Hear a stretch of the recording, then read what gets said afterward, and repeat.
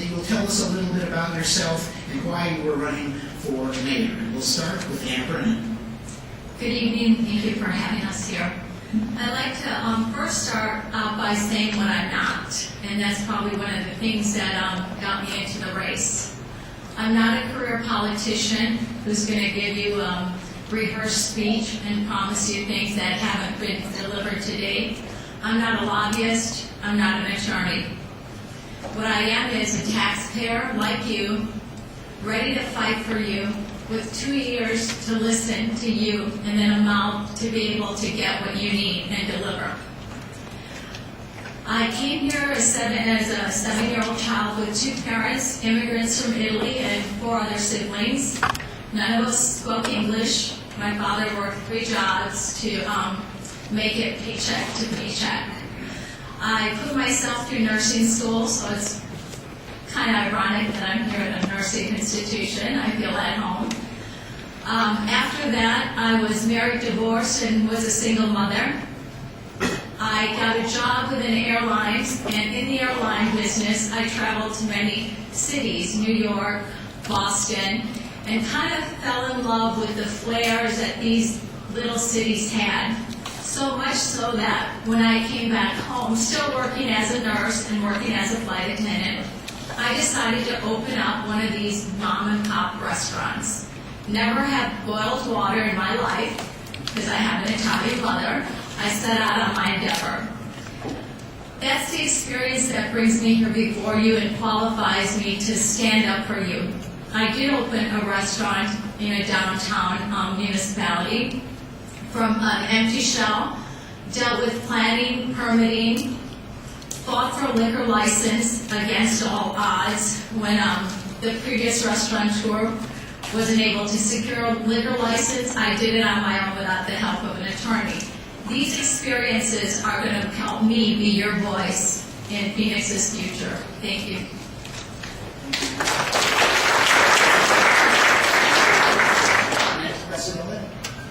Thank you, Chris, and thank you all for coming, and thank you to the hosts, the long list of hosts that we have for tonight's event. It's important that we all get together and can hear all of the ideas that we all have about the city of Phoenix, because we all love the city. That's why we're running for mayor. I want to recognize my wife, who served with distinction in the legislature, Deb. Our family is committed to public service, and that's one of the reasons why I'm running for mayor right now. I'm a small businessman. I haven't been on the city council, and I come at this with, I think, new ideas and new energy.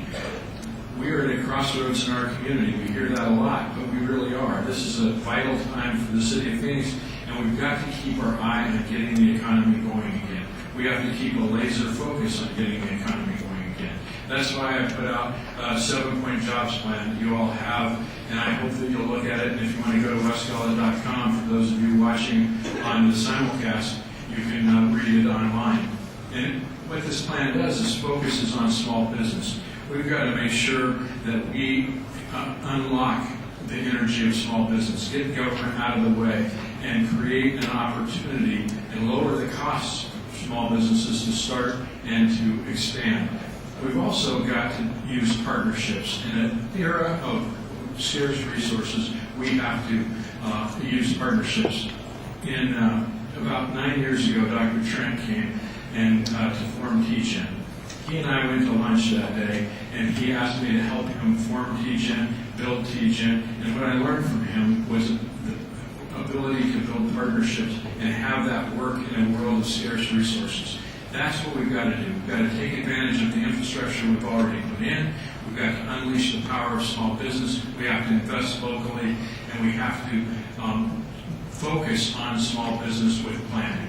And if we do that, we can unleash our economy, get it going again, and be successful. Thank you very much.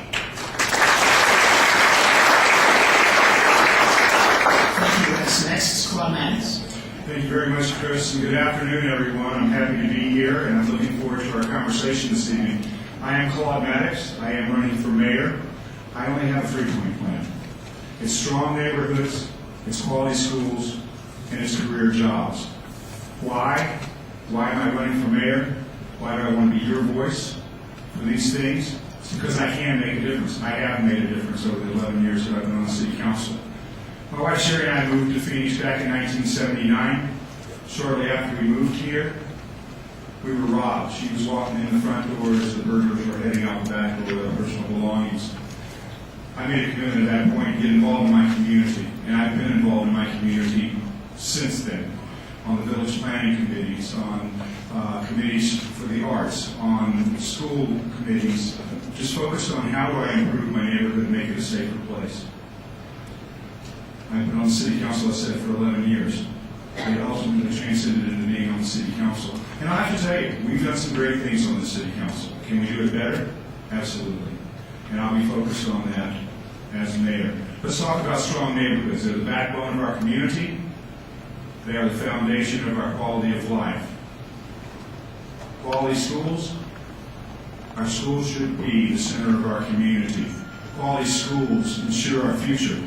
The kids that are going to school today, your kids, our families, are the future doctors, lawyers, nurses that are being educated. We need to make sure that they have that quality of education. With strong neighborhoods and quality schools, we will be able to attract career jobs. And I want to focus not only on bringing new jobs, but I want to grow and expand the jobs that we have here. I'll be happy to discuss more details as we get into the conversation this evening, but I'm Claude Maddox. Thank you very much for being here.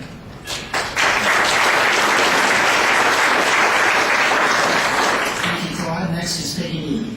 Thank you. I want you to know who Peggy Neely is. I grew up in southwestern Colorado, and my principles and beliefs were formed there. You must work hard, your word is your bond, and you must leave a place better than you found it. My husband and I moved to Denver.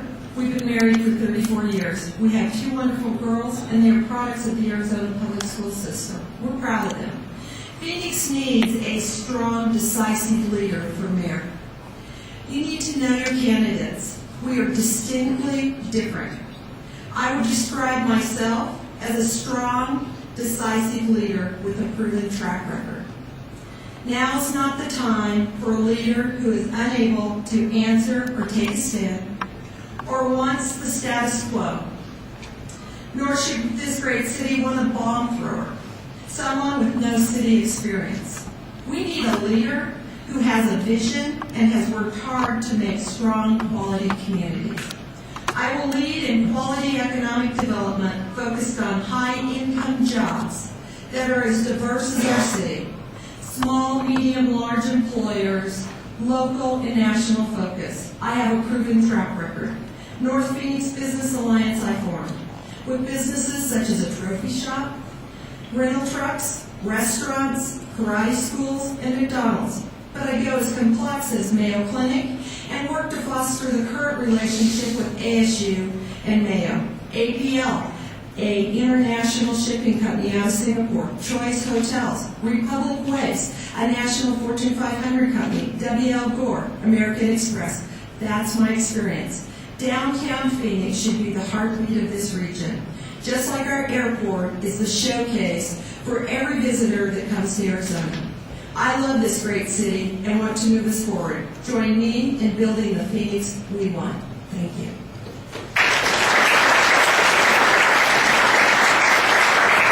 Thank you, Peggy. Next is Greg Stanton. Well, good evening, everyone. I want to say thank you to all the wonderful co-hosts. I've had the great opportunity to work with all these organizations, and we are a better city because of your advocacy. I'm a local kid. I grew up in West Phoenix, 39th Avenue, Dunlap, went to Cortez High School and other public schools. My dad was a shoe salesman, working class family. He took the city bus every day to and from work for 35 years. Worked at Park Central, the little JCPenney at Park Central, then Christown, and then later on in the West Side.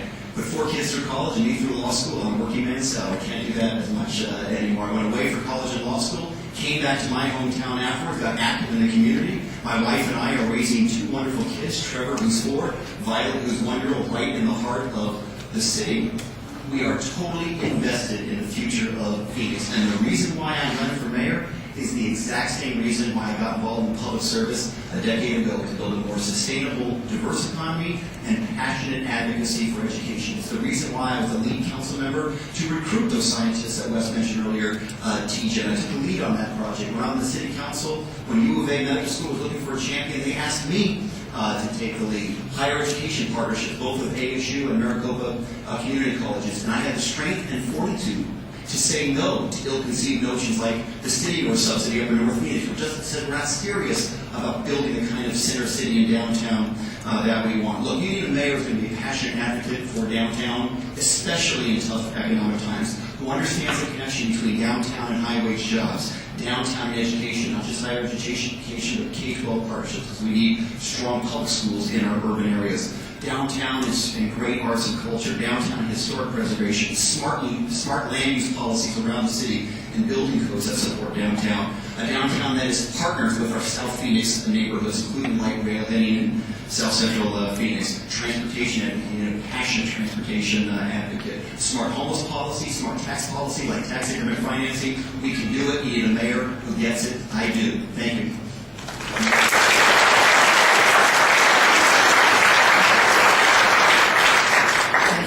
Next is Jennifer Wright. Good evening. Thank you for having me tonight, and thank you so much for hosting this forum. My name is Jennifer Wright, and I'm a candidate for Mayor of Phoenix. Most of you don't know Jennifer Wright. I'm a wife, I'm a mother of 2 boys, Spencer and Carter, and I'm an associate at Bain and Lauritano. I graduated from Marquette University, where I received a bachelor's degree in economics. I also graduated from Stanford O'Connor College of Law at ASU. For the past decade, I've worked closely with policy organizations like the Institute for Justice and the Goldwater Institute. And in fact, while working for those organizations, I authored a policy brief that was quoted in an amicus to the United States Supreme Court. I had the privilege of serving on the board of directors for the Albany Area Habitat for Humanity, an organization that helps people in need help themselves to the American dream. And in the very near future, I expect to be working with the PTA. What you want to know, however, is what kind of mayor will Jennifer Wright be? Jennifer Wright will be a mayor who will focus on creating an environment where jobs and opportunities flourish. Jennifer Wright will assure our communities are safe and secure. And Jennifer Wright will emphasize fiscal responsibility in city governance. By now you probably guessed it, my name is Jennifer Wright, and I look forward to representing all citizens of Phoenix. And I'd like to have your vote. Thank you for having me here today.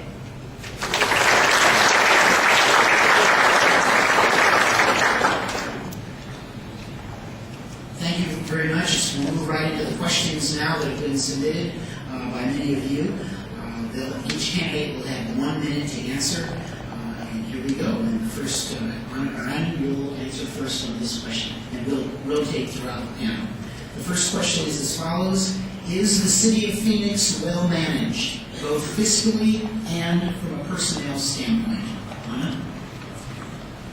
I guess if it was, I wouldn't be here. No, I don't think it is well managed. And you're going to hear today from current council members that they've had balanced budgets. But 1 cent tax last year to save the schools, another 2 cent food tax to balance the budget this year that went for supposedly, another 2 cents tax that was added on the food at the backs of taxpayers. Citizens who had to decide between medical care or food, medicine or food. No, I don't think it's well balanced, and I don't think it can ever be well balanced until we address the union issue. We have 70% of our budget goes to safety issues, police and firemen, and right here we have 2 candidates. One is paid for by the Firefighters Association, the other one is paid for by the police unions. So until that gets corrected, we can't be balanced because most of our money is going to go to these kind of pensions and plans. Westwall, is the city of Phoenix well managed both fiscally and from a personnel standpoint? I think the city of Phoenix has some strong management, has very good employees. Right now, we've got some serious problems with the city of Phoenix. And the management has come into question because of the lack of transparency. And a well-managed organization that's public should be transparent. It should be, everything should be out for the citizens to view. And right now, we've got a fiscal situation where we're borrowing money to balance our budget. No one can really determine what that budget is because no one can see it. We've got a police department that doesn't have a police chief, it has an interim police chief, and hasn't had a police chief for a long time. The list goes on and on. But let me tell you about my fight on the water rate increase. I opposed the water rate increase. And the city management said there was absolutely no way we could cut it. We couldn't cut that budget.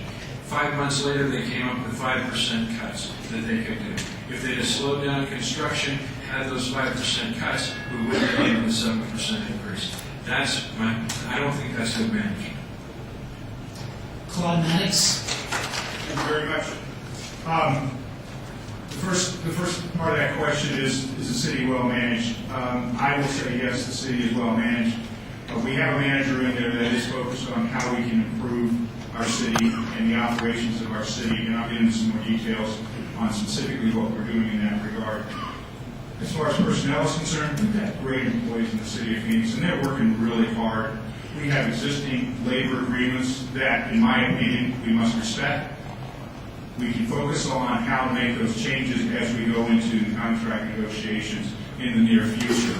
But let's get back to what we're doing. We're going through every one of our departments looking at how we can be more efficient, how we can be more cost effective, how we can provide the level of services that the public continues to tell us that they want more cost effectively. And just for clarification, Ms. Brennan, it's 0.2%. It's not 2 cents, 0.2%. So get your numbers right on that. And then the 5% cut, and I'll have to admit, I did support community. Peggy Neely, is the city of Phoenix well managed? Thanks, Chris. I will tell you that I'm very supportive of the city manager form of government. And when that happens, the city manager is responsible to the council.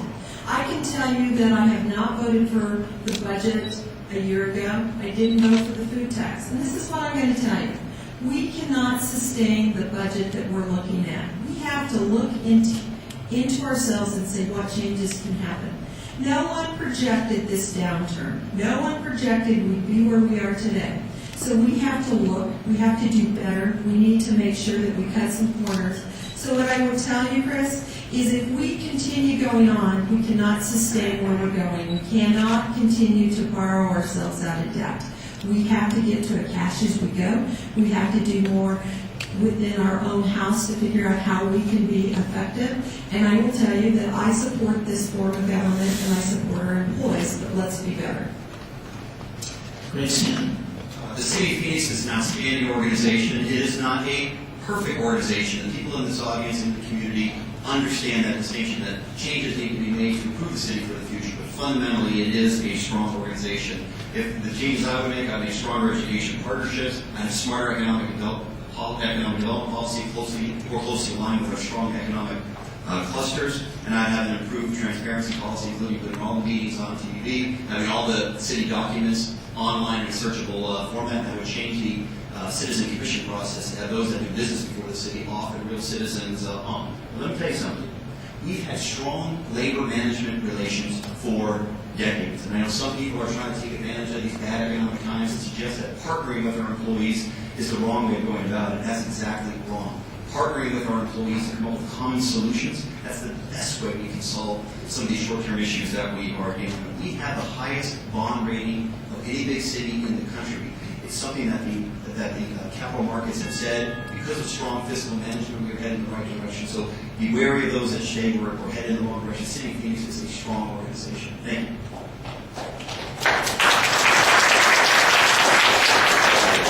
Jennifer Wright, is the city of Phoenix well managed? In a word, no. The way the city is currently managed is in sorry shape in my estimation. First of all, we have a city manager who, to understand the structure, the city council and the city manager's only job is to hold the city manager accountable for how he runs the city. And time and again, city council members have come to the city manager asking for documents, asking for data, asking for information, and they failed to be provided with that information. For instance, we have a budget. This is our budget plan. In it, you've got lots of charts and graphs and lovely information about the budget, but nowhere is a line item budget that tells the city council, that tells the residents, that tells everybody where the money is coming from and where the money is going to. We need to have a system where our city manager provides the necessary details about the budget to the council. And as mayor, I will hold the manager accountable to that kind of information. We have a full house tonight, and it's just like church. There are about 7 or 8 empty seats in the front row. So any of you standing in the back and you want to find a seat, they're here. Let's move on to question number 2, and Wes Gullett will answer first. Question is, how important are city economic development strategies, and what are yours? It could be more important. The strategic plan and the strategic vision is key to this. And I did not put Chris up to that question so that I can answer first. That's why I have a plan. And that's why I call for, in the first point of my plan, that we need to have a strategic vision. We not only need to have a strategic vision for the whole city, but we need to have independent strategic visions for our neighborhoods, where we can have a variety of vitality and a variety of vibrancy. That's my vision for this city. It's a city that is alive all over. We have diverse neighborhoods, we have diverse opportunities, and we can have a diverse city with vibrancy. The other thing, the city of Phoenix's strategic plan has been sitting on the shelf since 1991.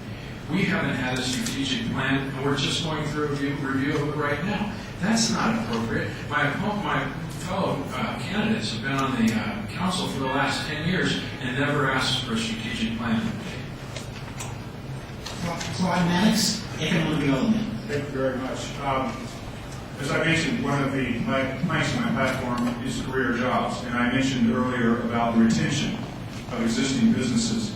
My plan is first of all, to reach out to those businesses that already exist in our community, talking to the successful businessmen in our community on how we can streamline the regulations, become more business friendly, make Phoenix and them more successful. My feeling is that if we can't successfully grow the businesses here in the valley, why would somebody else want to move to the valley? So that's my first focus, is getting out there and working with the existing businesses. I'm doing it as we speak. The second thing is that once we have established what we consider to be a strong economic machines, then we can start going out and attracting more businesses. The net sum zero of losing an existing business and adding new business is not what I'm looking for. I'm looking to grow the existing businesses and attract new businesses. Thank you, David. You know, the Phoenix must have a strong plan, and some are planners up here, some are doers. So I can tell you that I've been doing for a long time, but this is what I want to talk to you a little bit about. We must reconnect with our existing employers, and I'll use a little bit of a story. In Seattle, Boeing left. They took 4,000 jobs with them. But the bigger problem was they took 6,000 additional supporting jobs. We can't have that happen with some of our larger employers. We must reconnect with them and make sure that we understand the issues they're facing. I want to grow our economic clusters, and I will be looking at a much more regional approach. It is time we stop competing with ourselves in Arizona. We must be regional, we must compete against Texas, Colorado, Utah, and win those jobs here in Arizona. Rick Sam. Well, I would respectfully disagree with Councilman Neely in that we're not just competing against other regional cities, but the folks in this room understand we are competing in an international economy, and we have to be better positioned for that international economy. Look, the way I analogize it, I played high school basketball, I was a point guard. That's how I would do economic development. Be the leader of the team, but you pass the ball to others, let them score, but if the team wins, that's going to get the job done. Number one, focus on local business. Local first is right. that the more we use the city government to support local business, that money gets recycled in the economy, it makes us a stronger economy. So we need to make sure that we utilize the purchasing power of the city in a way that supports local business. Two, as we recruit and retain businesses, particularly as we deal with economic subsidies, etc., we should be focused in on high-wage jobs, building that sustainable, diverse economy that's going to help us sustain these economic highs and lows like we're going through right now. We can do this, that healthcare, bioscience, the computer industry, the other economic clusters, and make sure you have a mayor that is a true, passionate advocate for education. No one's going to ride in a white horse. You've got to get the fundamentals right. Education. You need better partners for education. And you need a mayor that gets it. Thank you. Jennifer Ryan. Well, we have had strategic plans for downtown. This one was published, I think you're referring to, in 91. Prior to that, we started in 1967 with strategic plans for downtown. Another one in 1972, another one in 79. We have one from 2004. We've got lots of strategic plans, and none of them have failed to reach the vision that Phoenicians want in the downtown community. And I'd like to say that that's because the government gets in the way of real development efforts. And we can look to Scottsdale as an example of where they removed the redevelopment designation for their downtown area. And because they did that, after decades of trying to revitalize downtown, as soon as they removed that, $2 billion in private investment came in. My vision for the city is to reduce the barriers that keep people from getting into business, to look over the rules and regulations that keep small business owners from starting up, because you never know when that small business is going to turn into Amazon. We'll move to question number 3, which Jennifer just touched on. I have you first alphabetically, assume you've answered every single time. Anna, it's yours. Yes, I think the city does need a strategic vision, and as we pay for more studies and more strategic plans that we don't follow, it costs us time and money.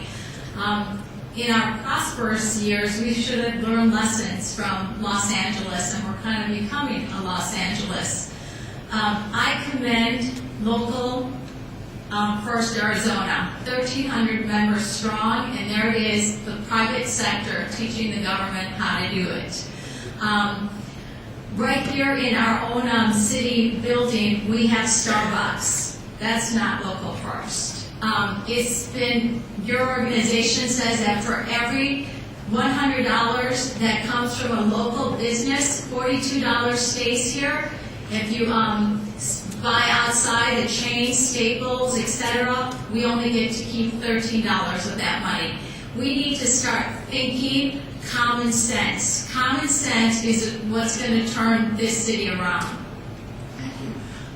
I was seriously thinking of skipping over this next question because a couple of you touched on it, but not all of you, so I don't think it's fair to do so. And we had lots of questions submitted from the small business community. And they want to know, and Claude will go first on this, how do you intend to support and encourage specifically small business? Well, for one thing, I am a small businessman, so I do, in my practice of my small business, working with my wife, focus on how we can support the local businesses within our community. As a matter of fact, when I go out to choose dinner, my preference is not to go to a national chain, it's to go to one of our local restaurateurs and enjoy their food. The same thing is true with any type of shopping. That's how you support local business.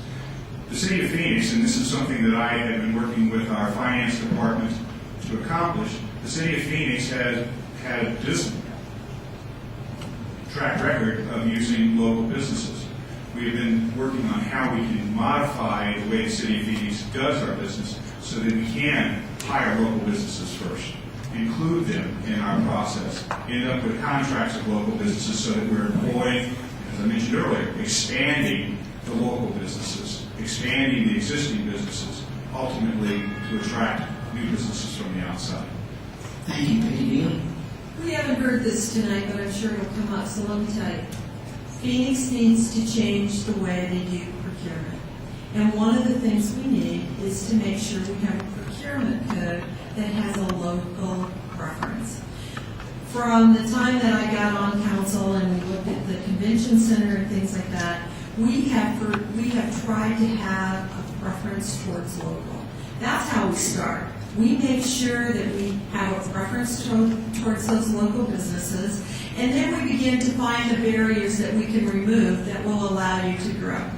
A downtown area needs all businesses, from large, medium to small. But we need to make sure that we don't have the barriers that keep those small businesses out.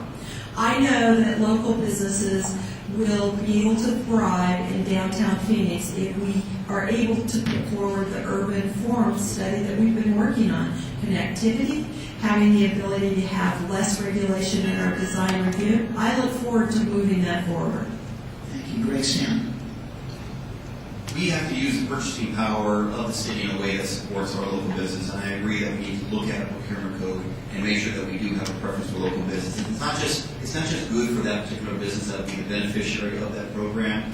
Look, if you utilize the purchasing power of the city to support local business, that money is much more likely to get circulated in our community in support of the local. It makes good economic sense. There's a reason why, an appropriate reason why the city of Phoenix should be adopting such policies. We also need to be smart about our building codes. We have to make sure that we have building codes that are supportable. A lot of local businesses want to move into existing buildings. It's one of the most sustainable environmental things that we can do. The most environmental building is a reuse building. We need to make sure that our building code, our adaptive reuse building code, is supportive of helping local small business do that as possible. We need to make sure that our signage code isn't one size fits all across the entire city. There's certain parts of the city are different. We need to be smarter about it. We need to make sure we reach out to the diverse small business owners and make sure they're aware of city opportunities as well. So it takes a lot more action, proactivity by the city. Thank you very much. Thank you. Jennifer Ryan. Small business is the lifeblood of the American economy. It's also the essence of the American dream. The majority of jobs, the majority of spending, the majority of what we consider part of our economy is the small business. And right now, Phoenix is not small business friendly. I had a friend who was trying to open up a restaurant off of 7th Avenue. He had to go through 4 to 6 months worth of zoning meetings in order for him to get all the permits necessary. Nobody in his neighborhood was in opposition to his business. In fact, they were all supportive. But it took him 6 months to go from idea to get off the ground. That most people cannot survive without an income for 6 months. So very few businesses are able to get off the ground in our current regulatory environment. We need to look at streamlining and speeding up the pace at which businesses can get off the ground, and we need to start utilizing the space we have. We have a 30%, upwards of 30% vacancy rate, and we need to use the space we have. I'm not going to forget you this time. Anna Burnett. Otherwise, I'd elbow you. How do I plan to support local businesses? Again, Local First Arizona. When I was younger, I remember as an immigrant, a horse riding along the highway, and it was a big Indian chief, big horse. And someone came by and threw a McDonald's bag out of the car as they were driving, and the Indian chief just starts crying. That left such an impact on me. I think we need to do public education. Local First Arizona, I'd be the first one to support blogs and commercials that would get you out there and educate people the importance of buying locally. Most people don't get it. Like I said, we have a Starbucks in our city hall. Shame on us. I drink Hava Java. Not to be a liar, though, sometimes I do drink Hava Java or Starbucks. But in other ways to support businesses, decrease the tax burden, lower taxes, remove privileges enjoyed by local unions, avoid corporate welfare, keep housing affordable. When you have affordable housing, that's going to get people downtown and get people spending money. Thank you for not shutting me up. Sorry. That's you because I skipped you. Westfield. Well, every time I go into Bashes, I hear Kimber's voice. And I think, uh-oh, buy local. And I do, and it is important. And it is important to invest locally. And we bank $3 billion a year with our banks. And we need to require that people get the contracts to have our banks, our banking business, we need to require them to specifically have an investment plan for small business. We're going to get lots of bidders for our business because we have $3 billion to put in the bank. What we need to do is demand from those people that they're going to invest in our community and that they're not just going to have a program, but they're actually going to invest in the money. And if we do that, it frees up capital. We should also be investing where we can in local banks so that keeps the capital here at home so that small businesses can have a ready source of capital. It's 10 years we haven't had a procurement code. These guys have been here for 10 years, and we don't have a procurement code. It's time we had one.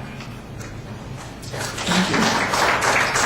And we now move on to our next question, and Peggy Neely will be the first one to answer this. It's a two-sentence question, so I'll ask the whole thing.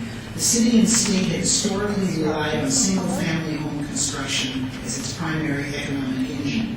Given the national and local economic climate, what measures or specific plans can you talk about tonight that would focus on housing and job creation in the central city?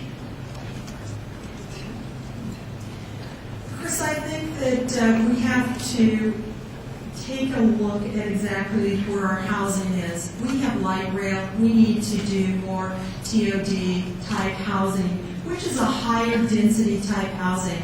But right now, we are in an economy that no one can see the end of the great cloud. I think we have to come back. We have to figure out how we can get businesses to build TOD, transit-oriented development along the light rail. And in most cases, that's going to be a higher density type housing. And I'm going to tell you, I am a big advocate of multi-use projects, not just housing, but you must be able to live, work, and play. It needs to be down here, so you have your services that you need that are convenient, along with your housing, and you also have your place of work. We need to focus more on multi-use type projects. Thank you. Thank you, Grace. Well, first we need to make sure we have smart land use policies in the rest of the city to support building that density in the center city. Our forefathers of the city in the 1960s were not smart when they allowed high-rise and central autonomous. If they had held the line then, we would have had those dense buildings in downtown, and we would have had a lot of the advantages that go along with the dense downtown then. Having strong leadership willing to say no. It's tough to say no, but occasionally to say no to support those land use policies makes a lot of sense. No subsidizing suburban sprawl, retail developments like City North. That type of policy is very much against what we're trying to create in our center city. Make sure we're charging a full impact fee, truly stand for full impact fee for the suburban housing. With regard to policies in the center city, Councilman Neely mentioned it. Support transit-oriented development. We have a general plan that says we want density along the light rail line and in the downtown. If we're going to have city involvement in a project, either through a GIPLET, hopefully in the future tax increment financing, like I'm going to be advocating down at the legislature, we should demand and require that there be affordability of the project. Mixed use of housing and mix of uses is smart housing policy, smart economic development policy. We have every right to demand it. Thank you. Thank you. Housing and job creation in the central city, Jennifer Wright. Well, we've been talking a lot, I've heard a lot about the housing, and for decades we've been trying to focus on density in downtown Phoenix. As a matter of fact, this study from 1991 has a headline, New Downtown Housing Attracts Central City Workers. Housing does not bring people downtown, jobs bring people downtown. We've got lots of housing downtown, we've got empty condo units, we've got houses that are priced. I know I looked at a house over on Portland Avenue, and I couldn't afford the 1,300 square foot house for $330,000. These are the problems we have with the downtown housing. We need jobs first, and how we get jobs is by allowing businesses to grow and thrive, by allowing them to be able to utilize the space that's here, that's empty, that needs businesses to grow, and have an opportunity for businesses to grow and thrive. Once we have more jobs downtown, more people will want to come downtown. But the fact of the matter is a lot of us like our suburban homes or outside the area, and I encourage Greg Stanton to also move downtown, and I'll follow him along. May I, all right. Thank you.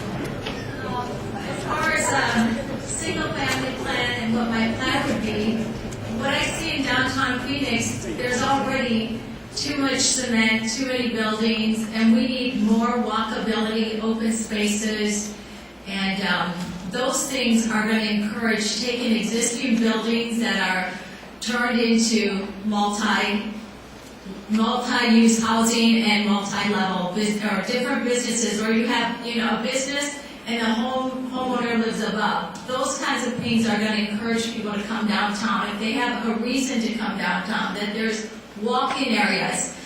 We should have taken a lesson from Europe. Every so few miles, there are plazas.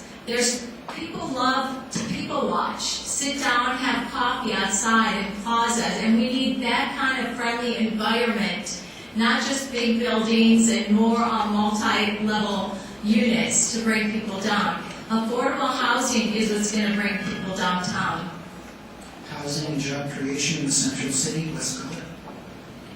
It really depends on how you define the central city, because the central city, if we're talking about downtown, we do have to create jobs. And we also have to have a mix of housing opportunities for people in downtown and throughout the light rail corridor. That means we have to have affordable housing, we have to have market rate apartments, and we have to have condominiums.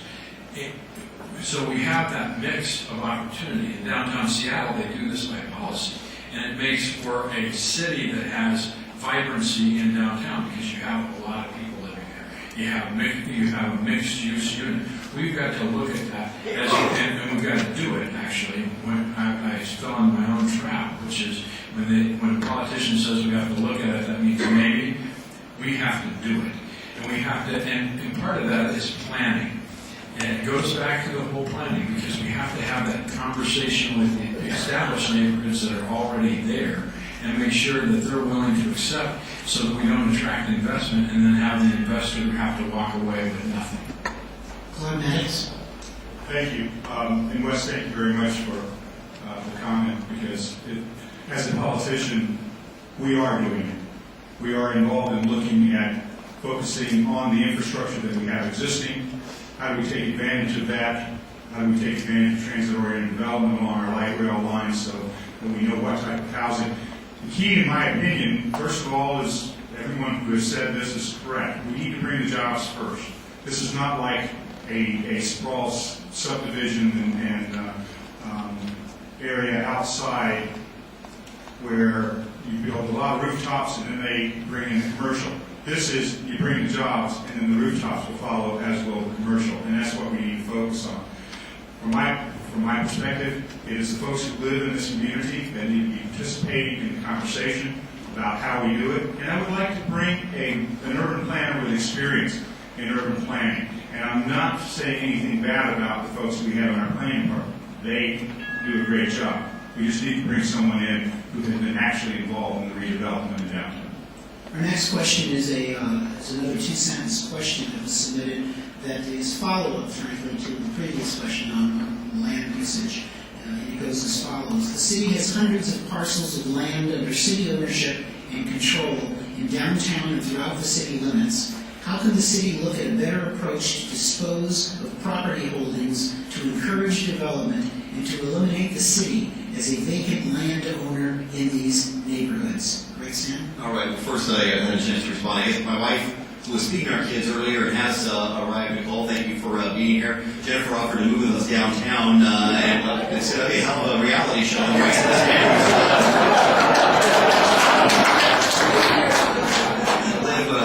live together. Of course, the city, when we own land, if there's parcels that have no particular use, yes, we should put them on the open market and give that opportunity. But let's be smart about this. The city had a lot of vision when we acquired Phoenix Union High School district land in the heart of the city. The city didn't exactly know what we're going to use of that land, and ultimately that became the home of the bioscience campus and the medical school campus, especially including our decision to preserve those historic buildings, the old Phoenix Union High School buildings along Van Buren between 5th and 7th. So we have to make sure that there are certain priorities that the city wants, creation of high-wage jobs, education, partnerships, that we can utilize city-owned land for. So as we look for opportunities to sell off those lands, let's make sure we don't cut off our nose to spite our face. Thank you.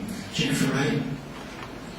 I think before we start developing the vacant land, we need to make sure we fill up the buildings that are already built. We've got lots of empty retail space, lots of empty commercial space. We keep building new buildings all throughout the city, and they lay empty. And in order to make sure they get filled up, we need to make sure that the property taxes there are low enough for new businesses to come in. In Ahwatukee, they have a problem where businesses will go across the freeway line where the taxes are lower in Gilbert and Chandler. We need to make sure that we are driving businesses to the outlying cities, and we need to make sure that we have a climate where businesses can afford to be here, that they can get off the road quickly, and that they can utilize the spaces, or that we can have infill incentive districts where we encourage growth with the existing businesses, buildings, and then look to selling the vacant land that we have after we have developed what we have, or if there's a ready buyer now, I'm certainly open to put it on the market now. Thank you. Vacant land ownership in neighborhoods, on Brennan. Well, first, I'm not sure when they did a real property inventory, and I would definitely start with that. There's properties that may be liability issues, properties that could be sold, that could be leased, that could be better used in the private sector. But that aside, I'm hearing a lot of flowery words, and I'm not sure where that brings us right here when we're dealing with budget deficits and we don't have the money to pay for the things that we already have. We're operating at $50 million shortfall, and we're raising taxes to cover those things. So to answer your question, I would first take a look at what we have, what the city doesn't need, sell it, lease it, make productive uses of it, and let the private sector have at it. They seem to do good things when they go to it again. Today I seem to be really plugging for the local First Arizona, but that's the way to go. Let's go. We've got to take a strategic inventory of that land. We've got to make sure that we don't dump it onto the market and create less value to the land that's already there. Where the city has it for a reason, we can hold some of it. What we've got to also do is be careful not to tear down buildings that are making us money right now in hopes that somebody will come to a vacant lot. We've got to make sure that we're keeping businesses and buildings in place if they're producing income for the city. The other thing we've got to look at is, let's talk about the Discovery Triangle for a second. We have a ton of land, literally, out by the airport that we can create, use in public-private partnerships to attract jobs. Those people could be living, those workers could be living downtown as well. We've got to do a very aggressive way of marketing that land as a public partnership, public-private partnership with potential job creators in a national way to attract manufacturing and art industry to our airport area. Climatics. Thank you. I'll go back to where we were in the last conversation. That is, one of the things I want to do is bring a true urban planner to the city of Phoenix who can look at what we have, the inventory that we have, and how do we mix residential with commercial, with business, and do that effectively while not losing the character of the community and the neighborhood. I also, as I mentioned earlier, would encourage and support that we bring those folks who live in that area to participate in that conversation so that we understand from their perspective how best to develop that area. One of the things we need to be careful about as we're talking about selling off these properties, one of the things that we continue to experience is that some folks will come in and buy a property and then they'll look to flip it and raise the value. And the next person comes in and flips it. We end up losing the property, losing control of the property. Somebody else makes the money. And in the long run, it continues to be vacant. The City of Phoenix has done an excellent job of taking what we have available and turning it into positive things. And this school is one of them. TGM and the biomedical campus is another. We continue to do an excellent job in that regard, and I support that. Thank you. Good evening. Well, I think what I would take a look at is, we spent a lot of time starting in 2004 with this strategic plan for downtown. Then have spent a lot of time working with the communities to develop the Downtown Urban Forum. And I think all of us, except Jennifer Wright and Anna, have been involved in that. It is a great plan for what we want to do. It has connectivity. It has the ability to look at housing. It has character areas. But talking about the open lots, we need to identify them so we can have a plan. The community can look at what we might be able to do within those areas. I will totally tell you, we do not drive development, but we can have some guidelines for what we would like to see. If you lift all the requirements, you're going to have an area that's not going to be quality communities. But I truly believe that we ought to go back to the urban form and enact that. Thank you. Jennifer Wright will get this question, the first one. What is your opinion of the Urban Form Code project, and what policies will you enact to balance parking demand in the downtown core with the urban plan's goals of a more walkable, sustainable downtown? Well, that is one of the core functions of the city government, is to manage the roadways, manage the streets, and manage the sidewalk systems. What we have right now is, as far as I can see, we've got plenty of parking downtown, and I don't think we need to increase that. I come downtown pretty much every day for my job, and I never have a problem finding parking. But what we don't have is the walkability in the neighborhoods that we like. And we also, what we don't have is where I, as a lawyer going between the court buildings, there's actually very few restaurants between those buildings. There's sticklers, and I know there's crazy gyms. I like crazy gyms a lot. I've been there. But there's very few restaurants. There's very few things that I can do between the court buildings and to where I park and back. And we need to make sure that we utilize the office space that's there. We have businesses that people want to go through to their days. Look at the demands of the people that are going into that neighborhood on a daily basis and make sure we're meeting them. Brennan? First of all, what is your opinion of the Urban Form Code project, and what policies will you enact to balance parking demand in the downtown core with the urban plan's goals of a walkable, sustainable downtown? First of all, I have to admit that I'm not familiar with the code, but one of my strongest points is to promote walkability downtown.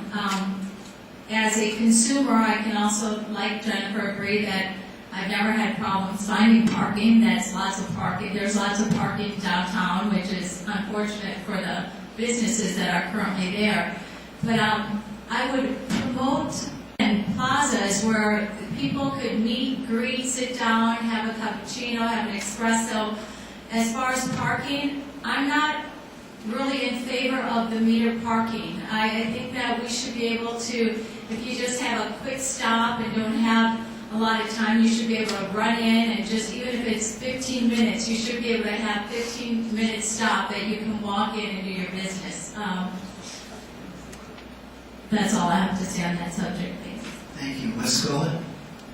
Well, when I was on the Planning and Zoning Commission, we worked on the Downtown Urban Forum project, and we engaged a lot of people who were in this room to be a part of that process. My concern at the time, and I've voiced it a number of times, is how do we pay for it? And we tried to give incentives to developers who would then, the private sector, who would then develop the shade structures, the pocket gardens, the pocket parks, and the boulevards like on First Street, narrowing First Street to get more walkability. And right now we're in an economic situation where the private sector can't afford to do that. And we're going to be back in a place where we're doing things that are going to give more incentives for them to come and hold them less responsible. So that means we've got to come up with some money. And as a community, we have to also look to as shade and walkability and parks as infrastructure. And we have to use those things in the next bond program to make sure that we're getting what we want from the Downtown Urban Forum, which will increase business and create a vibrant economy downtown. Claude Maddox? Thank you. As Mrs. Dealey mentioned, at least 4 of us have been directly involved in this urban forum discussion for several years. And the conversation about shade, conversation about green belts, conversation about natural vegetation. If folks want to have walkability, those are the things that we need to be able to put into downtown. The city has been doing it historically, but obviously with budget cuts, that's one of the things that we've had to put on the back burner. We don't have those dollars available right now. And as things start developing with a lot of the vacant properties that we've been discussing, the developers will have to do those types of things as part thereof. It's really a function of the economy right now. It's how soon we'll be able to do that. But that plan is in existence. That plan is something that we can start implementing as soon as things turn around and start moving in that direction. And I think that certainly I support that, and from what I'm hearing from everyone else, they support it as well. Thank you, Neely. Well, in the urban form, we do not have enough parking. And I'm going to tell you how I feel about that. Phoenix does not need another parking garage. What we need is a community that will walk, use their bicycles, or ride public transportation.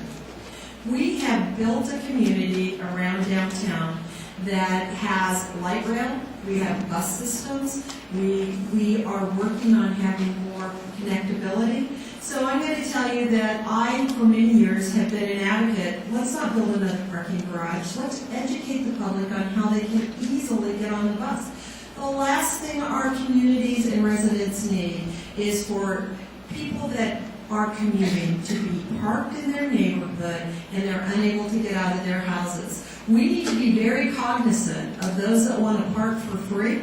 They're going to have to drive up to those neighborhoods and park in front of your houses. So we need to have a better approach to get people to use our multimodal transportation options. Thank you.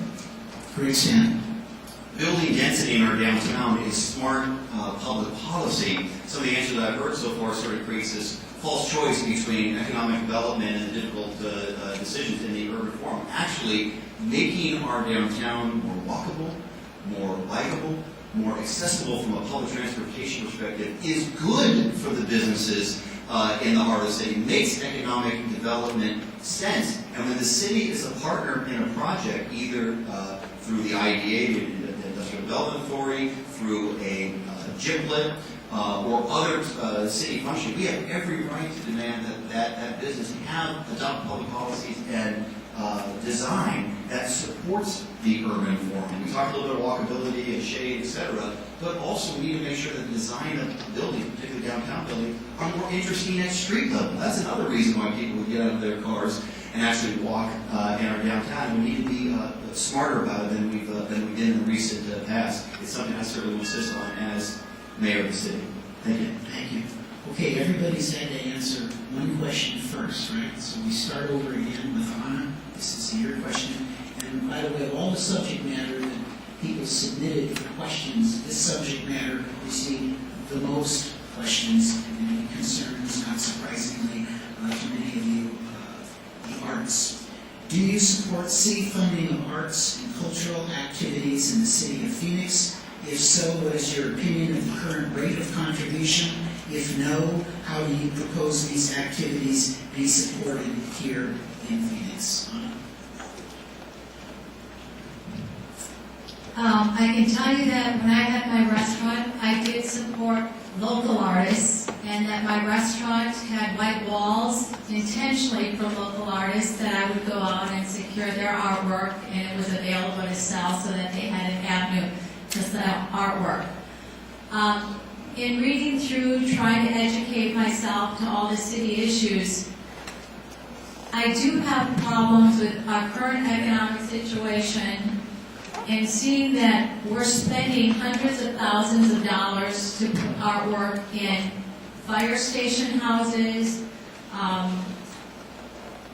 and buildings of that nature. I don't think that we have the funding or the ability to support that. I think that art is in the eye of the beholder, and local artists should be supported. I don't see that we should be going out and importing an artist from out east to come in and do some kind of painting in one of our public buildings. Again, that goes with local Arizona first. Les? I think that the way we do the art program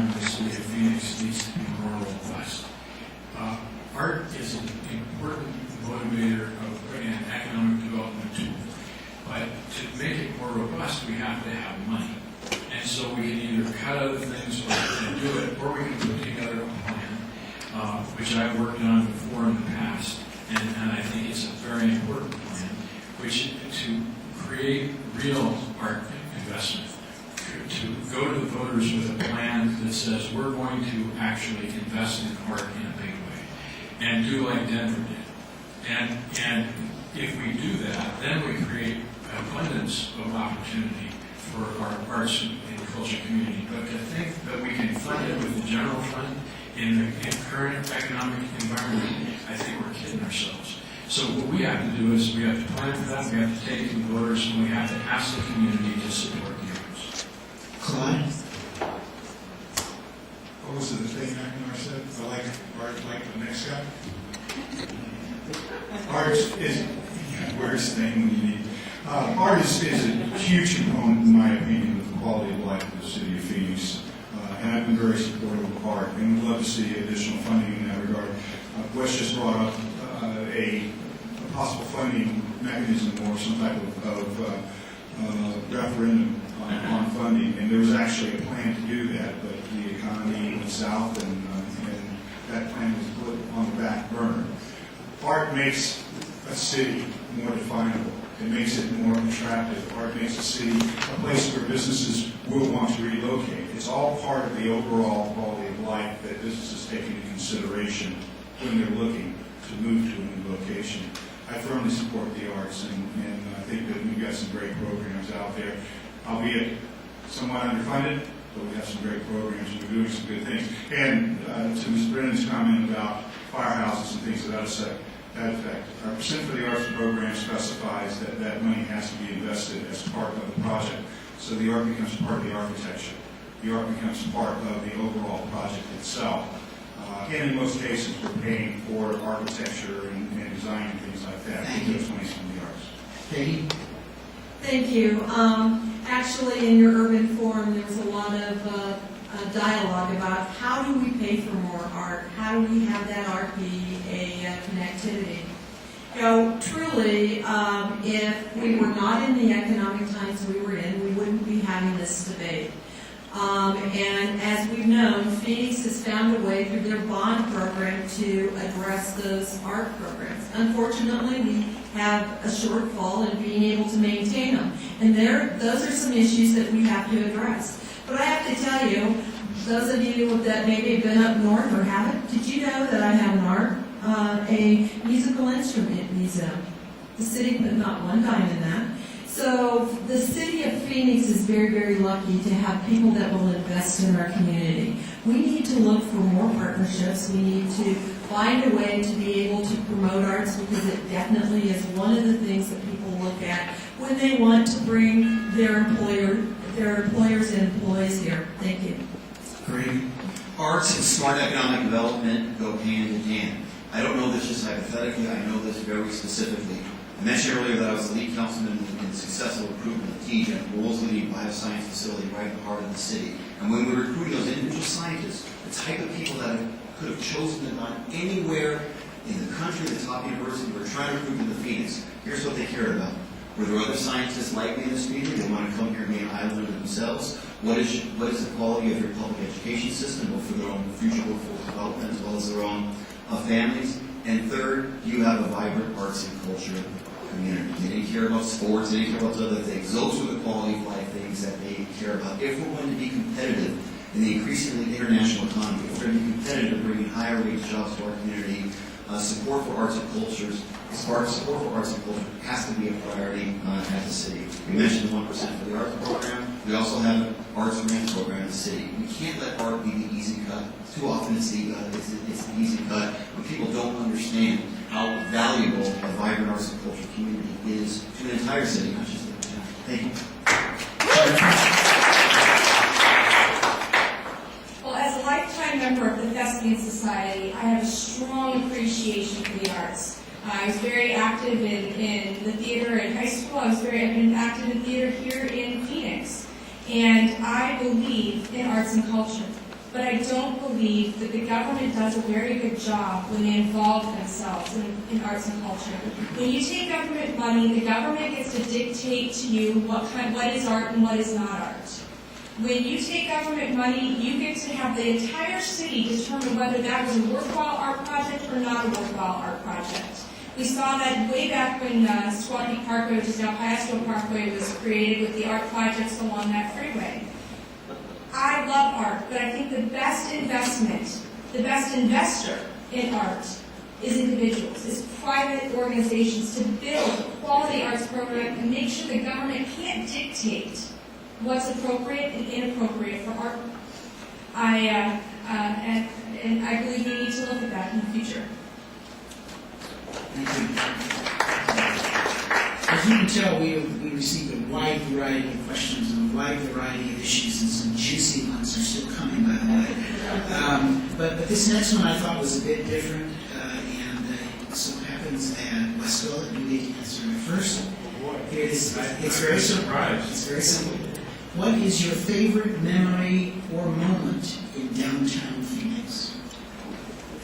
Well, I've had a lot of favorite moments in downtown Phoenix, but my favorite was actually Game 6 of the World Series. And I didn't go to the game in Game 7. I watched it by myself in my backyard because I didn't want anybody around to hear me yelling and screaming.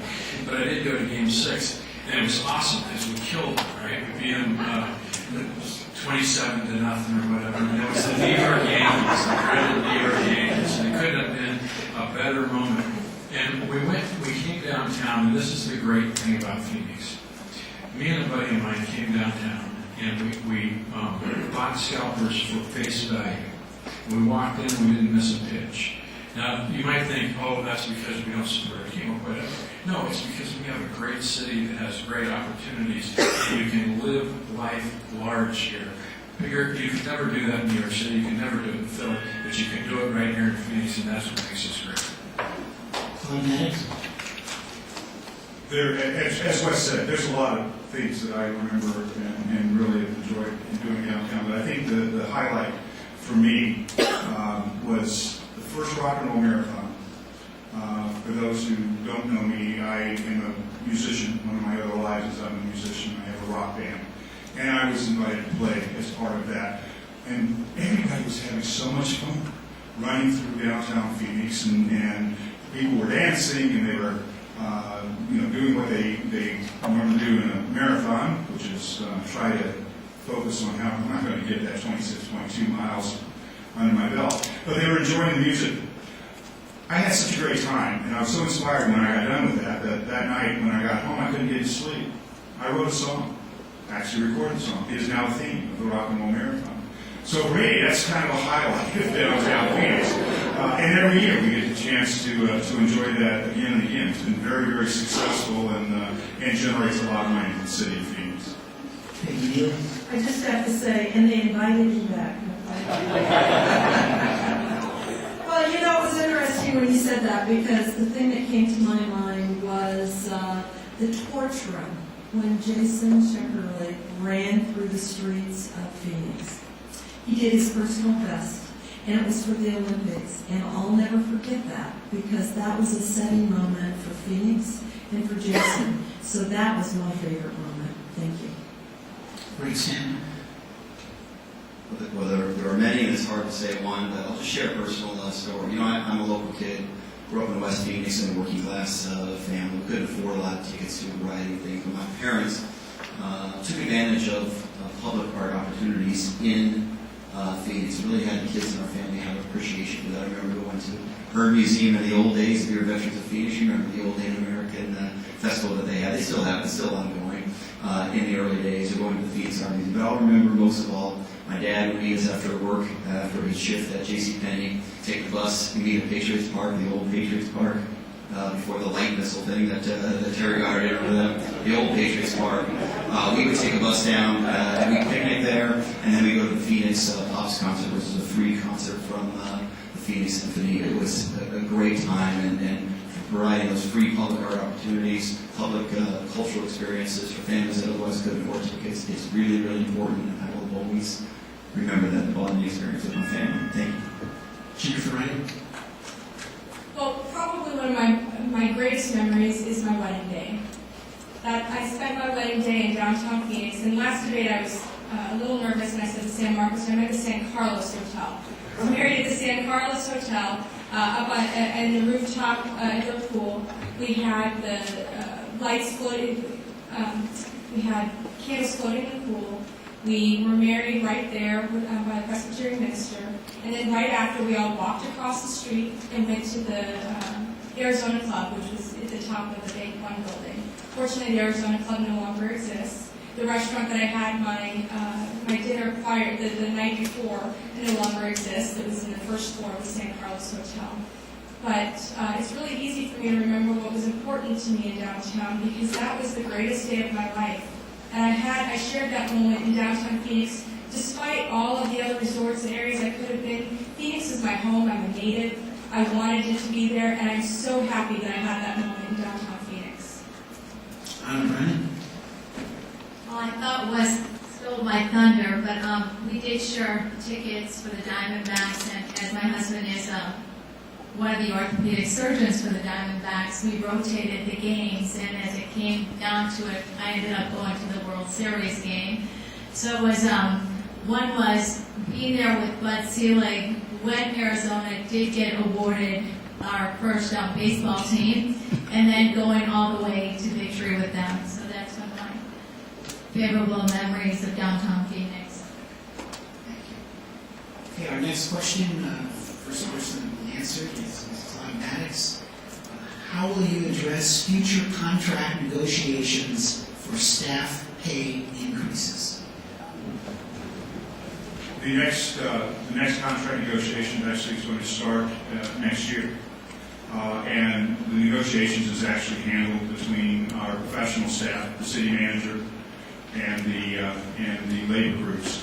The city council will approve those contracts, assuming that we come up with something that everyone's agreeable to. But one of the things that I do want to focus on is the conversation regarding merit and longevity pay. Merit needs to be based on merit, not just the fact that you work for the city of Phoenix. Longevity, for those who aren't familiar with it, is basically if you're in a certain class, you're at the top of that class as far as your pay class is concerned, then you can get longevity pay over time, which basically covers additional income to keep the first-year police officer from not being paid the same thing as a 9-year police officer that's in patrol or something to that effect. So ultimately, the city council, the mayor, will be directly involved in the conversations on how we accomplish that. Penny Neely? Well, I think we have a couple of issues that we have to think about. One of them is sustainability. I talked about earlier. We need to control our budget, but what we have to do is these furloughs were 2-year rollbacks. So come 12, the wages go back to where they were prior to the furloughs. So there's some tough decisions because I do not believe that our sales tax dollars will have reached back to the level that they need to be at. So that's when we have to come to the city manager has to come to the table with his unions and make a decision of where they want to go. We cannot continue to go back out and ask the public to continue to cut programs. We've got to work on this collectively. Secondly, we have to get a grip with our pension. And those pension issues are issues that affect us way into the future. If we don't get control, we're going to have a huge unfunded liability. So those are the two issues we have to work on.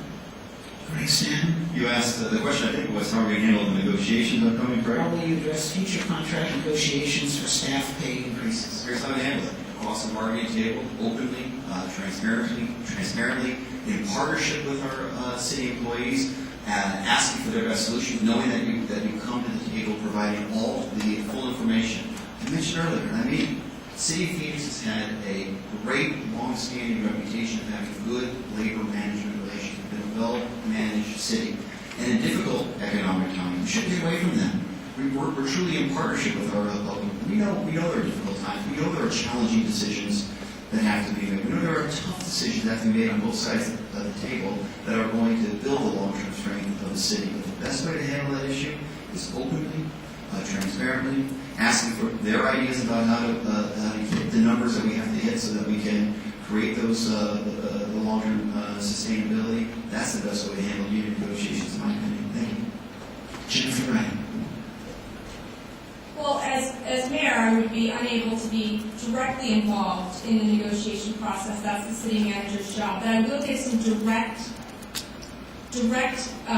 ideas on how the contract should be negotiated. First and foremost, we need to look at the pay scale. We need to make sure that the pay scale is in line with the public sector. There's questions about whether they're paid more or less than the public sector. We need to look at that and make sure that the pay scales are in line. We also want to make sure that when we hear merit, it actually means merit. Right now, those are step increases, which means that as long as you sit in that seat, you get a raise. Finally, they have longevity, which most of us look at as Christmas bonuses. They get an annual bonus no matter what. And we need to look at and make sure that we have a system that does reward people that have been there for a while, but that aren't necessarily automatically granted, that allows for growth in the job. And finally, the other thing we absolutely have to look at is the pension system. It's upside down, and we cannot sustain the current pension system. Donna Brennan. Well, I guess I would address it with an iron fist. You know, we're in dire straits. We can no longer have our unions dictating what our budget is. And it's going to take someone who can stand up to union officials and bring people together. That as a mayor, you would listen to your 8 city council members and then your city manager. I think that at this point, we also would have to address our city manager's position. I think that he has failed us, and part of the reasons the unions have gotten where they've gotten is because there hasn't been any accountability with Mr. Cavazos. Again, in just reading and getting up to speed on things, I am just dumbfounded that an assistant city manager who was caught with his hand in the cookie jar in 2005 was given a promotion by our current city council members, and now they're running for mayor. It doesn't make sense to me. Mr. Cavazos needed to be addressed back then in 2005 when he promised you, the taxpayers, that he would adhere to city ethics codes, and he hasn't. It's all for us and none for you. Wes Goller. This is a fundamental difference between me and my fellow candidates. We have to get a grip on our costs. And how do you get a grip on costs? You get it with the labor contracts. And now we're set up in the system because of the way they did it with immigrating the last time, and set up with a system that's going to be very difficult because we're going to have to fundamentally reduce payroll because they did a one-time fix with furloughs. We don't have the money to pay the current salaries without the furloughs, and we have to reduce the merit and make sure the merit is for that purpose. But we also have to have a partnership with our employees, which really means a partnership. Both sides have to give, not just one side, the taxpayers. That's the way it's been in the past. We've got to make sure that they understand what the merit system is going to be, how it's going to affect them, and that not 90% get merit, but 30%. Because those are the people who are going above and beyond. And if we do that, we can save resources for this city and lower the cost of the government so that we can provide the important services and roll back the food tax. It's a fundamental disagreement. Thank you. This next question, Peggy Neely answers it first. Are police and firefighter unions a positive element in city government? Well, first, Chris, you and I talked about this. I have to leave in about 5 minutes, so don't think I'm running out because I don't want to answer any of the other questions. We've already talked about that. I want to answer that question, but first I want, one of the misstatements today that I really have to correct is, Anna, the Starbucks in City Hall happens to be run by a nonprofit. St. Joe's Hospital runs that coffee center. They are the largest purchaser of Starbucks coffee of anywhere. So I just wanted you to know it's not a big business. It's a nonprofit. So with that, Fire and police are vital to this community. They give back to this community, and I truly believe that they have a place within our government. We just need to make sure that it's a balanced approach in their involvement with us, that they truly are part of our community and have been for a long time. Thank you. Great, Stan. Well, I fully trust the women and men of law enforcement to keep our community safe. Because of our successful track record with regard to reducing the crime rate, I think more than anything, it is a result of the great work of the rank and file police officers on the street. And I'm very proud that the Arizona Police Association, representing 23 police organizations around the state, have endorsed me to be the right leader of the city of Phoenix. You have to understand, with regard to police and fire organizations, of course they deal with labor management issues, but that's not all they deal with.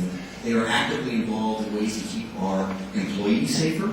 They are actively involved in ways to keep our community safer. They give us great advice about how we can accomplish the goals that everyone in this room wants, is a stronger, safer neighborhoods and a stronger, safer community. So we rely on them for a lot of different things. It's not just a labor management thing.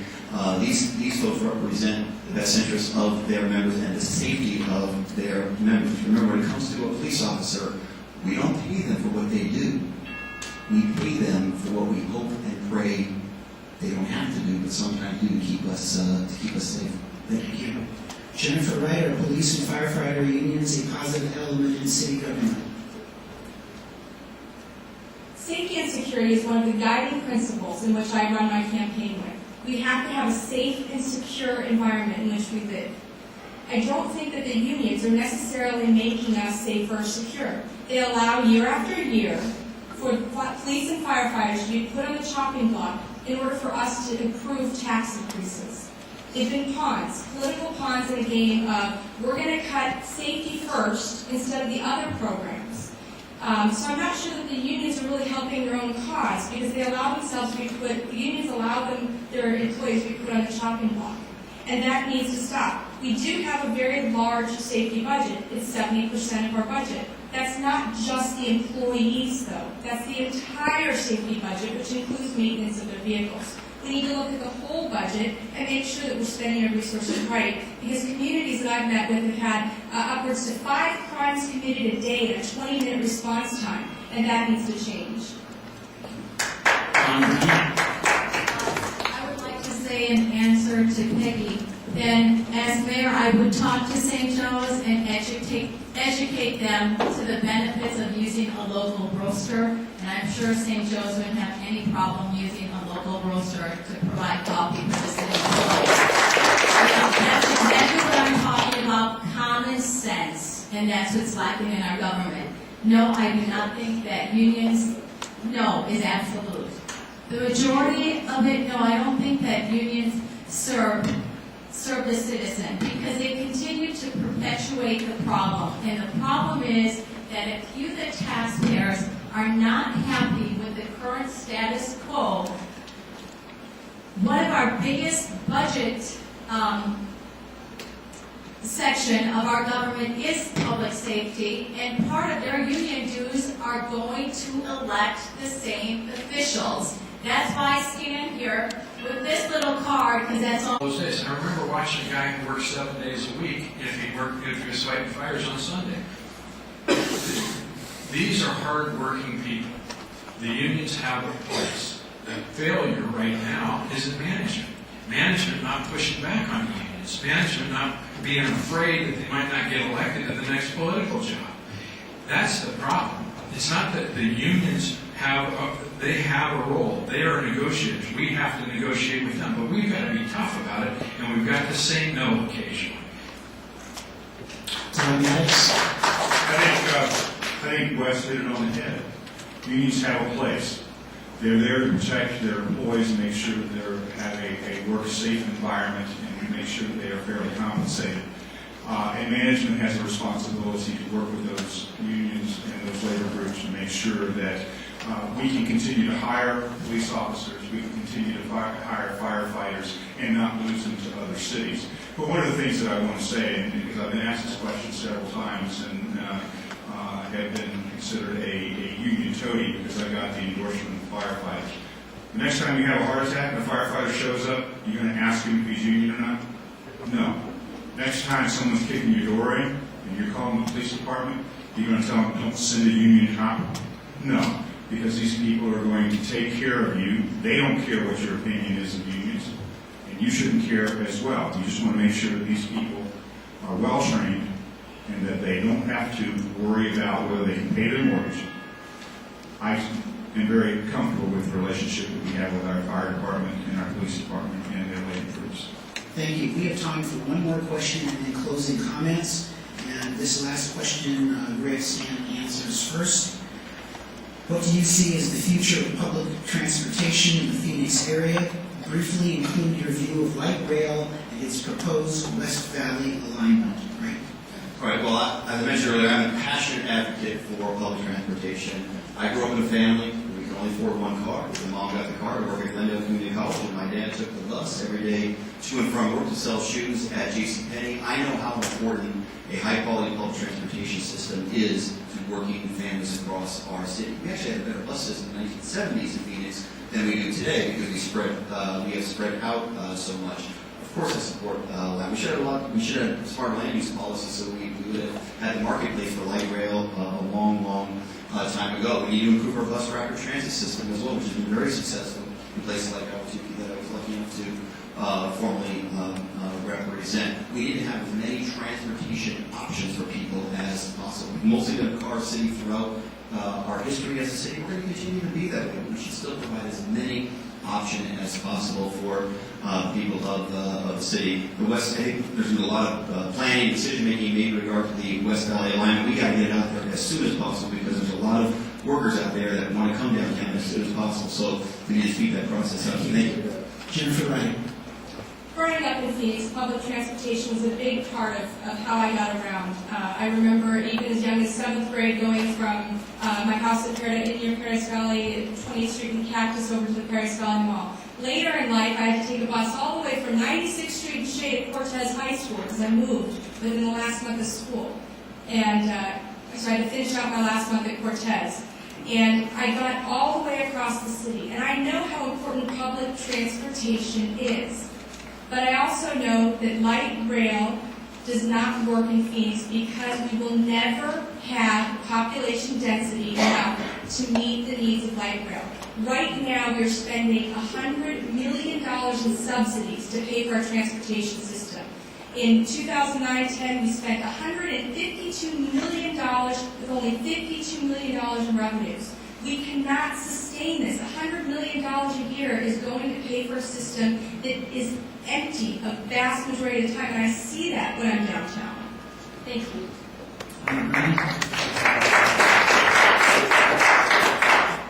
I too had to take the bus because when I started working I was 14 years old, so that was my only means of transportation. So I do value public transportation. The light rail, I'm excited to see it. It's brought Phoenix to the 21st century. I just got back from Germany, and my daughter and I jumped on public transportation in Prague. And it's funny, because I think they must have the same issues we have. I didn't know what the currency was, and I said, just get on, and I think it's kind of like in Switzerland. You don't pay, they don't know that you paid. There isn't really a way of paying. So it is a money loser, but it's something that if we want cleaner skies, cleaner air, and more density, I think that we have to re-examine different modes of transportation and just building wider roads. When I go to LA and I see 6 lanes, 8 lanes of traffic going each way, it's deplorable. We need bike lanes, we need different modes of transportation. And yes, I would be, as mayor, I would visit that to get more people off of oil and cars. Ms. Scarlett? I don't think we should invest more money, more Phoenix money into light rail until we take advantage of the infrastructure that we've already got.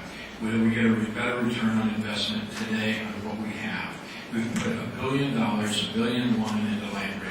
But we need to make sure that, and we haven't even done the planning necessary at the station areas to get a return on investment, to attract investment to those station areas, to build them. If we do that planning, we can make light rail a vital economic tool.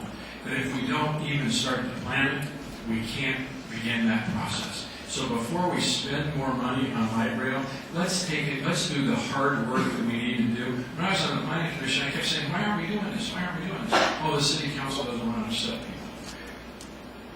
Because of the construction and everything else. The mayor has to take the lead. We have to do that, start that conversation with the neighbors and figure out how much investment we can drive into those station areas and then do it. And we have to do it now, not later. Maddox. Thank you.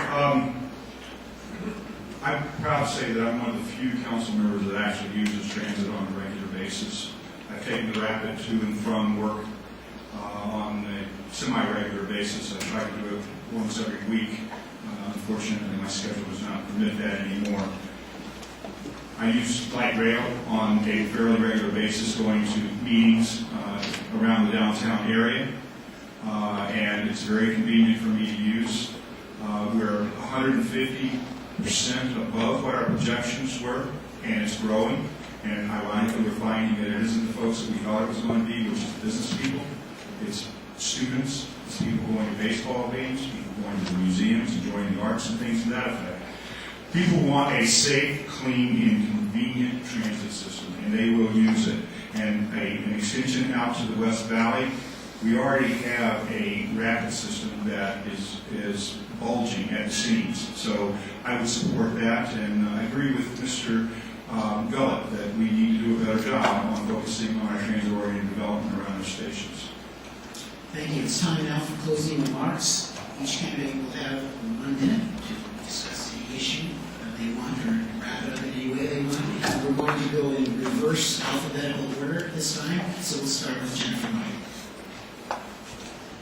Well, thank you. Thank you for this opportunity to speak with you all and to let us, all the candidates here, speak with you about downtown Phoenix. As I highlighted before, we have 5 decades of failed policies to build a vibrant downtown. From the 60s to today, we have one failed plan after another. What I want to know is how many trees do we have to kill before we realize that planning is not going to be the answer?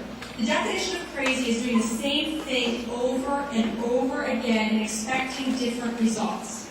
From the zoning commission to the city council, at least 4 of my opponents have been involved in creating the policies that have failed to create the downtown Phoenix that we all want.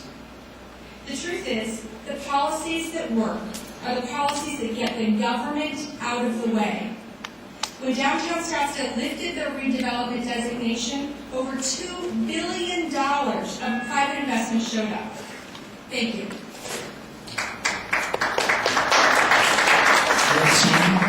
As mayor, I'll be a consistent and passionate advocate for downtown, just as I was for my time on the city council. And downtown is not just the big office buildings, it's not just the sports facilities, it really is a neighborhood. And neighborhoods need strong schools. And that is why I'm going to be the education mayor. As public schools go, so go the future of